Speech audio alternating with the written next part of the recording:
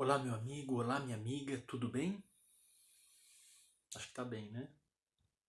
Tá gravando, tá ótimo. A parábola de hoje é a parábola do fermento. Jesus compara a ação do fermento na massa à ação do reino de Deus na vida.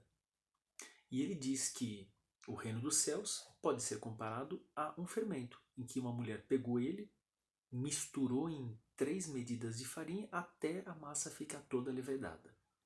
O que nós aprendemos com isso? Bem, o fermento ele tem 3 características principais que nos ajudam a entender por que ele se assemelha ao reino dos céus.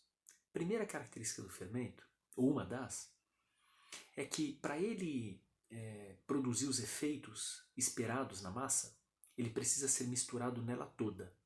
Se eu misturar em apenas uma parte ou espalhar de forma irregular, ele não vai fazer a massa crescer como deve. Da mesma forma, o reino dos céus, para que ele produza os resultados esperados na nossa vida, ele precisa fazer parte dela toda.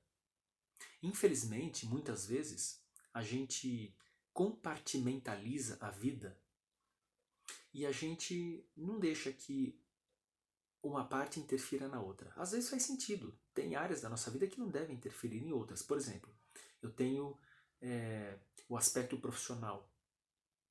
Eu não posso deixar que o meu trabalho, o meu chefe, ou os meus compromissos profissionais interfiram na minha vida familiar. Eu preciso dar atenção para os meus filhos, para minha esposa, para o meu marido, para a namorada, enfim.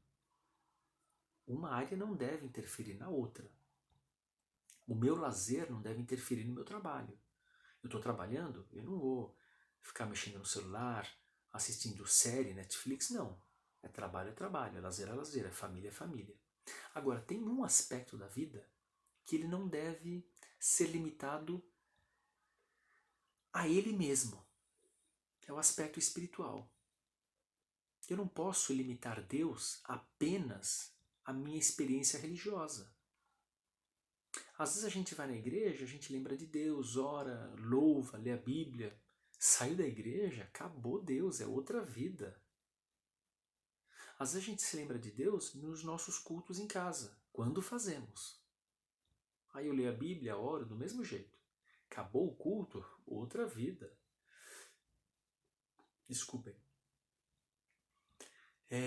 Por isso que muitas vezes os relacionamentos não vão para frente.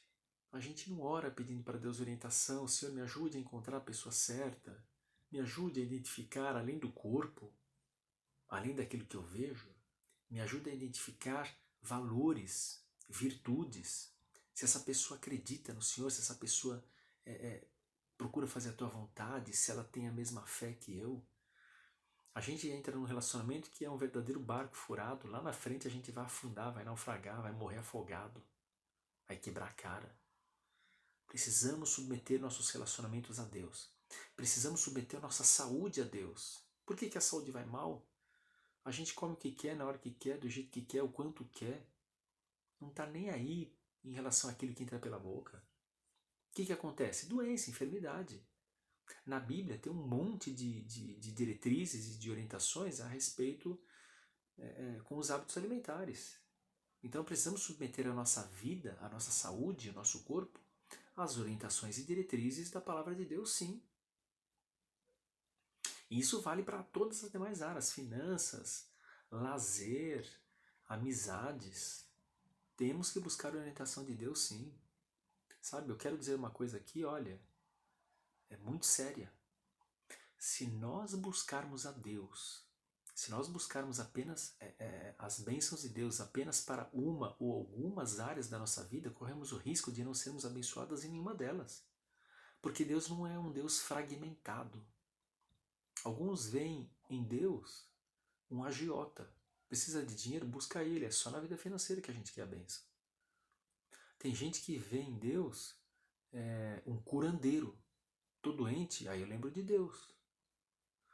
Tem pessoas que olham para Deus e veem nele um cupido. Eu preciso que ele me arrume alguém para eu não morrer, para eu não ficar patiti, não morrer solteiro. Olham para Deus e veem nele um Aladim da lâmpada mágica. Quais são os seus 3 desejos preferidos? Deus não é isso. Jeremias 29:13, já consideramos essa passagem alguns dias atrás. Só encontraremos a Deus quando nós o buscarmos por inteiro, de todo o coração. Então, quer ser abençoado na sua vida? Submeta toda ela à direção dele. Eu só vou ser abençoado na vida financeira se eu buscar de Deus a bênção para todas as outras áreas. Deus é um Deus por inteiro. Ele quer abençoar minha vida por completo e não pela metade. Um segundo aspecto do fermento é que ele, para levedar toda a massa, ele leva tempo. Não é de uma hora para outra, não é em questão de segundos. Isso significa o seguinte, que para você desfrutar dos resultados de uma vida com Deus, pode ser de uma hora para outra sim. Deus pode fazer num estalar de dedos, mas às vezes leva tempo. Às vezes leva tempo para os resultados aparecerem. Eu preciso ter paciência. Tem pessoas que falam, poxa, estou lutando há tanto tempo contra defeitos de caráter, comportamentos, e eu ainda não mudei como eu gostaria de ter mudado. Leva tempo às vezes. Às vezes tem gente que muda de uma hora para outra. Agora outros levam meses, anos às vezes, para abandonar um vício, enfim. Tem que deixar Deus agir, ter paciência, leva tempo.